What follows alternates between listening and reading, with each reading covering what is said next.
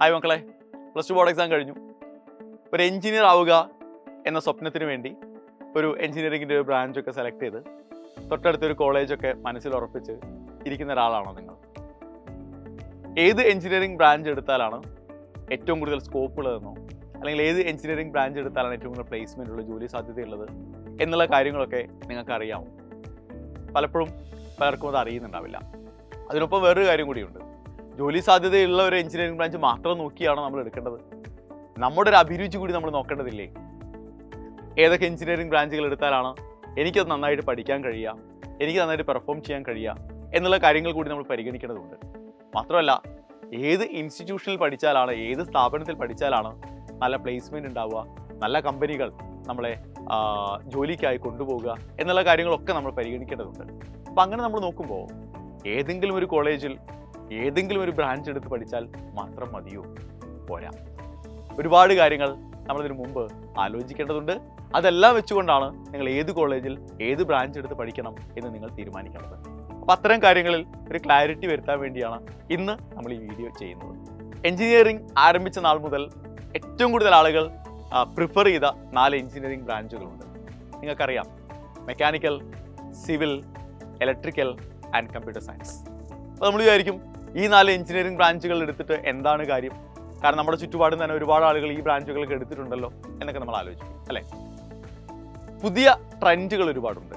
കാരണം പുതിയ പേരുകളിൽ ഈ 4 ബ്രാഞ്ചുകളല്ലാതെ ഒരുപാട് പുതിയ ബ്രാഞ്ചുകൾ നിങ്ങൾ കേട്ടിട്ടുണ്ടാവും. ഇപ്പോൾ ഫുഡ് ടെക്നോളജി നിങ്ങൾ കേട്ടിട്ടുണ്ടാവും, അല്ലെങ്കിൽ ഡയറി ടെക്നോളജി നിങ്ങൾ കേട്ടിട്ടുണ്ടാവും, ഫാഷൻ ടെക്നോളജി കേട്ടിട്ടുണ്ട്, കെമിക്കൽ എഞ്ചിനീയറിംഗ് കേട്ടിട്ടുണ്ട്, അതല്ലെങ്കിൽ മറൈൻ എഞ്ചിനീയറിംഗ് കേട്ടിട്ടുണ്ട്. അങ്ങനെ പുതിയ കാലത്തിൻ്റെ ആവശ്യകതയ്ക്കനുസരിച്ചുള്ള ഒരുപാട് പുതിയ എഞ്ചിനീയറിംഗ് ബ്രാഞ്ചുകൾ നമ്മുടെ തൊട്ടടുത്ത കോളേജുകളിലൊക്കെ നമ്മൾ കേട്ടിട്ടുണ്ട്. സത്യത്തിൽ ഇതിലേതാണ് നല്ലത്? ഒരുപാട് നാളായിട്ട് ഒരുപാട് ആളുകൾ പഠിച്ചിറങ്ങിക്കഴിഞ്ഞാൽ ഞാൻ ആദ്യം പറഞ്ഞ 4 ബ്രാഞ്ചുകളാണോ, അതോ പുതിയ കാലത്തിൻ്റെ ആവശ്യകതയ്ക്ക് വേണ്ടി റോബോട്ടിക്സ് ഉൾപ്പെടെയുള്ള പുതിയ കാലത്തിൻ്റെ ആവശ്യകതയ്ക്ക് വേണ്ടിയുള്ള ബ്രാഞ്ചുകളാണ് നമ്മൾ പ്രിഫർ ചെയ്യേണ്ടത്, ചൂസ് ചെയ്യേണ്ടത്? പ്രധാനമായും മനസ്സിലാക്കേണ്ട ഒരു കാര്യം, നമ്മൾ ഈ പറയുന്ന പുതിയ ബ്രാഞ്ചുകളൊക്കെ നമ്മൾ ചൂസ് ചെയ്യുമ്പോൾ റോബോട്ടിക്സ് എടുത്തു എന്ന് വിചാരിക്കും. ആ റോബോട്ടിക്സ് എടുത്തു കഴിഞ്ഞാൽ നമ്മൾ ആദ്യം ആലോചിക്കേണ്ട കാര്യം, എത്ര കമ്പനികളിൽ നമുക്കിതിന് ജോലി സാധ്യതയുണ്ട്, അല്ലെങ്കിൽ ഏതൊക്കെ കമ്പനികളാണ് ഈ കോഴ്സ് കഴിഞ്ഞിട്ട് ഈ കോളേജുകളിൽ നിന്ന് കുട്ടികളെ പ്ലേസ്മെൻറ്റിലൂടെ ജോലി കൊടുത്തിട്ടുള്ളത് എന്നുള്ള കാര്യങ്ങളൊക്കെ നമ്മൾ പരിഗണിക്കേണ്ടതുണ്ട്. നിങ്ങൾ മെക്കാനിക്കൽ എഞ്ചിനീയറിംഗ് എടുക്കുകയാണെങ്കിൽ അതിന് ഒരുപാട് ഓപ്ഷൻസ് ഉണ്ട് നമ്മുടെ മുന്നിൽ.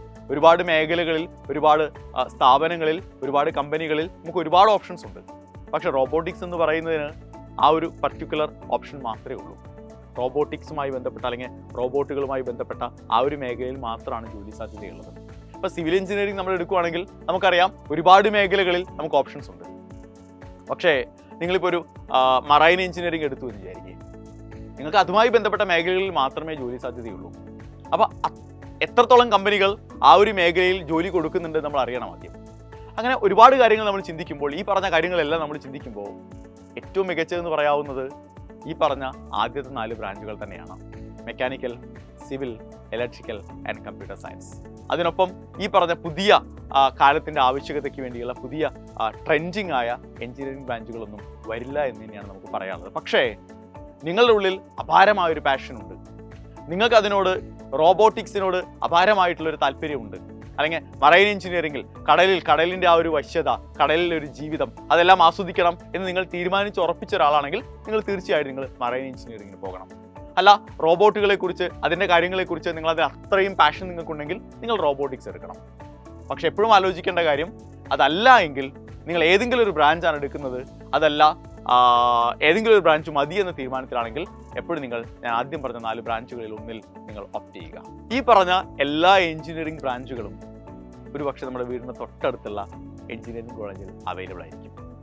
പക്ഷേ നിങ്ങളൊന്ന് ആലോചിച്ച് നോക്കണേ, നമ്മുടെ ചുറ്റും നമ്മൾ ഈ പറഞ്ഞ ഏത് എഞ്ചിനീയറിംഗ് ബ്രാഞ്ച് എടുത്തു കഴിഞ്ഞാലും ആ ബ്രാഞ്ച് പഠിച്ചിറങ്ങിയ ഒരുപാട് ആളുകൾ നമ്മുടെ കണ്ണിന് മുന്നിൽ എപ്പോഴും ഉണ്ടാകാറുണ്ട്. അവരിൽ പലരും സ്ഥിരമായൊരു ജോലി ഇല്ലാത്തവരായിരിക്കും, അല്ലെങ്കിൽ ഉള്ള ജോലിയിൽ തന്നെ കുറഞ്ഞ സാലറി ഉള്ള ആളുകളായിരിക്കും, അല്ലേ? അങ്ങനെ ഒരുപാട് പ്രശ്നങ്ങൾ. അവർ പലപ്പോഴും നമ്മളോട് പറയും എഞ്ചിനീയറിംഗ് എടുക്കണ്ട, അല്ലെങ്കിൽ ഈ സിവിൽ എഞ്ചിനീയറിംഗ് എടുക്കണ്ട, അല്ലെങ്കിൽ മെക്കാനിക്കൽ എഞ്ചിനീയറിംഗ് എടുക്കണ്ട എന്നൊക്കെ പലപ്പോഴും നമ്മൾ ഉപദേശിക്കാറുണ്ട്. അപ്പോൾ നമ്മൾ ആലോചിക്കണം, എന്തുകൊണ്ടാണ് ഇവർക്കൊക്കെ ഇത്രയും എഞ്ചിനീയറിംഗ് കോഴ്സുകളെല്ലാം കഴിഞ്ഞിറങ്ങിയിട്ടും എന്തുകൊണ്ടായിരിക്കും ഇവർക്കൊരു ജോലി ഇല്ലാതെ പോയത്? എന്തുകൊണ്ടായിരിക്കും ഇവർക്കുള്ള ജോലിയിൽ തന്നെ നല്ലൊരു സാലറി ഇല്ലാതെ പോയത് എന്നൊക്കെ നമ്മൾ ആലോചിക്കുന്നുണ്ട്. അതിൻ്റെ പ്രധാനപ്പെട്ട കാരണങ്ങളിലൊന്ന് അവർ പഠിച്ച സ്ഥാപനം തന്നെയാണ്. നമ്മൾ പഠിക്കുന്ന സ്ഥാപനം വളരെ പ്രധാനപ്പെട്ടതാണ്. ഏത് ഇൻസ്റ്റിറ്റ്യൂഷനിലാണ് നിങ്ങൾ പഠിക്കുന്നത് എന്നത് ഏറ്റവും ഇമ്പോർട്ടൻ്റ് ആയ കാര്യമാണ് നിങ്ങളൊരു എഞ്ചിനീയറിംഗ് കോഴ്സ് എടുക്കാൻ പോകുന്ന ആളാണെങ്കിൽ. കാരണം നമ്മുടെ വീടിന് തൊട്ടടുത്ത കോളേജിൽ നിങ്ങൾ പഠിക്കുന്ന അതേ കാര്യങ്ങൾ തന്നെയായിരിക്കും നിങ്ങൾ ഇന്ത്യയിലെ പ്രീമിയം ഇൻസ്റ്റിറ്റ്യൂട്ടുകളായ NIT-കളിലും IIT-കളിലും പഠിക്കാൻ വേണ്ടി പോകുന്നത്. പിന്നെ എന്തിനാണ് ഞാൻ ഇത്രയും ദൂരെ പോയി കിടന്ന് NIT-കളും IIT-കളും ഓപ്റ്റ് ചെയ്യേണ്ട കാര്യം എന്താ എന്നായിരിക്കും നിങ്ങൾ ചിന്തിക്കുന്നുണ്ടാവാം. കാര്യമുണ്ട്. ആ കാര്യത്തിലേക്കാണ് ഞാൻ നേരത്തെ പറഞ്ഞ കാര്യത്തെ നമ്മൾ കണക്ട് ചെയ്യേണ്ടത്.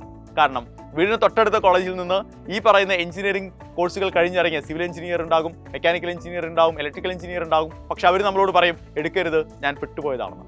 സത്യത്തിൽ അവർ പെട്ടുപോയത് അവർ ചൂസ് ചെയ്ത കോളേജിൻ്റെ കാര്യത്തിലായിരുന്നു. നമ്മളെപ്പോഴും ഇന്ത്യയിലെ പ്രീമിയം ഇൻസ്റ്റിറ്റ്യൂട്ടുകളിലേക്കാണ് ലക്ഷ്യം വെക്കേണ്ടത്. കാരണം അവിടെ നിങ്ങൾക്ക് കിട്ടുന്ന ഫാക്കൽറ്റീസ്, അവിടെ നിങ്ങളെ കാത്തിരിക്കുന്ന ഫെസിലിറ്റീസ്, അവിടെ നിങ്ങളെ കാത്തിരിക്കുന്ന എക്സ്പോഷർ, ഇതിനെല്ലാം പുറമെ ആഗോള ഭീമന്മാരായ കമ്പനികളാണ് അവിടെ പ്ലേസ്മെൻറ്റിനായി എത്തുന്നത്. ലക്ഷങ്ങൾ ആനുവൽ സാലറിയുള്ള ജോലികളിലേക്കാണ് അവർ നിങ്ങളെ കൂട്ടിക്കൊണ്ടു പോവുക. ഇതൊന്നും നമ്മുടെ വീടിന് തൊട്ടടുത്തുള്ള സേഫ് സോൺ നമ്മൾ വിചാരിക്കുന്ന നടന്നു പോകാവുന്ന ദൂരമുള്ള ഒരു എഞ്ചിനീയറിംഗ് കോളേജിൽ നിങ്ങൾക്ക് കിട്ടില്ല. അത് തന്നെയാണ് നിങ്ങൾ ശ്രദ്ധിക്കേണ്ട ഏറ്റവും പ്രധാനപ്പെട്ട കാര്യം. ഒരു ബ്രാഞ്ച് തിരഞ്ഞെടുക്കുക എന്നതിനൊപ്പം ഞാൻ ഏത് കോളേജിൽ പഠിക്കണം എന്ന് തിരഞ്ഞെടുക്കുന്നതും വളരെ പ്രധാനപ്പെട്ട സംഗതിയാണ് എന്നോർത്ത് വയ്ക്കുക. നിങ്ങൾ ആലോചിക്കുന്നത് ഈ പറയുന്ന NIT-കളിലും ഈ പറയുന്ന IIT-കളിലുമൊക്കെ അഡ്മിഷൻ കിട്ടുക എന്ന് പറയുന്നത് JEE മെയിൻ എഴുതി നല്ല പേഴ്സൻറ്റേജ് ഉണ്ടെങ്കിലല്ലേ? അതെ, അത് ഭയങ്കര കഷ്ടപ്പാടല്ലേ സാർ? ഒരു വർഷം നമ്മൾ അതിനായിട്ട് കഷ്ടപ്പെടണ്ടേ? കഷ്ടപ്പാടൊന്നുമില്ല, പക്ഷേ വളരെ ഈസി ആയിട്ട് നിങ്ങളെ കൊണ്ട് സാധിക്കും. കാരണം ഒരു വർഷം നിങ്ങൾ +1 +2 ബോർഡ് എക്സാമിന് എന്താണോ പഠിച്ചത് അതിൽ മാത്രം ഫോക്കസ് ചെയ്തുകൊണ്ട് നിങ്ങൾ റിപ്പീറ്റ് ചെയ്ത് കഴിഞ്ഞാൽ വരാൻ പോകുന്ന 2025-ലെ JEE മെയിൻ ക്രാക്ക് ചെയ്തുകൊണ്ട് നിങ്ങൾ ആഗ്രഹിക്കുന്ന ഒരു പ്രീമിയം ഇൻസ്റ്റിറ്റ്യൂട്ടിൽ നിങ്ങളുടെ സീറ്റ് നിങ്ങൾക്ക് ഉറപ്പിക്കാൻ പറ്റും. ഓൺലൈനായും ഓഫ്ലൈനായും ഒക്കെ നമുക്ക് റിപ്പീറ്റഡ് പ്രോഗ്രാമിൻ്റെ ഭാഗമാകാം. സൈലം എപ്പോഴും നിങ്ങൾക്കൊപ്പം ഉണ്ടാകും. സോ നിങ്ങളുടെ സ്വപ്നങ്ങൾക്ക് പരിധി വയ്ക്കാതിരിക്കുക, വലിയ സ്വപ്നങ്ങൾ കാണുക, അതിനായി ഹാർഡ് വർക്ക് ചെയ്യുക. All the best.